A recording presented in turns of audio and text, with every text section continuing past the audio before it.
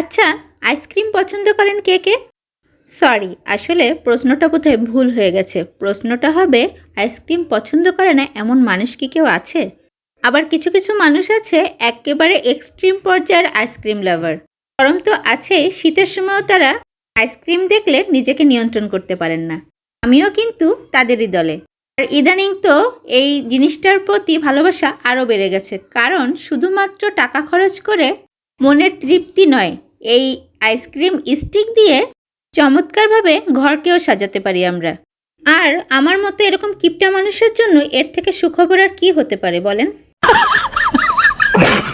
আজ কিন্তু চলে এসেছি আইসক্রিম স্টিক দিয়ে কিউট কিউট ব্রেসলেট বানানোর ইউনিক আইডিয়া নিয়ে। এই জন্য আপনাকে তেমন কোনো কষ্টই করতে হবে না। আইসক্রিম স্টিক প্রথমে পানিতে ভিজিয়ে রাখবেন। এটাও বেশিক্ষণ না, সর্বোচ্চ আধা ঘন্টা ভিজালেই হবে। তারপরে আপনার হাতের সাইজ অনুযায়ী চুড়ি কিংবা কোনো গ্লাস অথবা চিকন কোনো পাইপের সাথে সেট করে রাখবেন সারা রাত, অর্থাৎ প্রায় 10-12 ঘন্টা। ব্যাস তৈরি হয়ে যাবে ব্রেসলেট বেস। এবার এই ব্রেসলেট বেসের উপরে বিভিন্ন ধরনের ডিজাইন অথবা ফ্রেন্ডশিপ ব্রেসলেট তৈরি করতে পারেন পেইন্টিংয়ের সাহায্যে। আবার গর্জিয়াস ব্রেসলেটও তৈরি করতে পারেন স্টোন বিভিন্ন রকম বিটসের সাহায্যে। আমি 2টি আইসক্রিম স্টিকে 2 ধরনের ডেকোরেশন করেছি। আপনাদের কাছে কোনটা বেশি ভালো লাগছে জানাতে ভুলবেন না কিন্তু।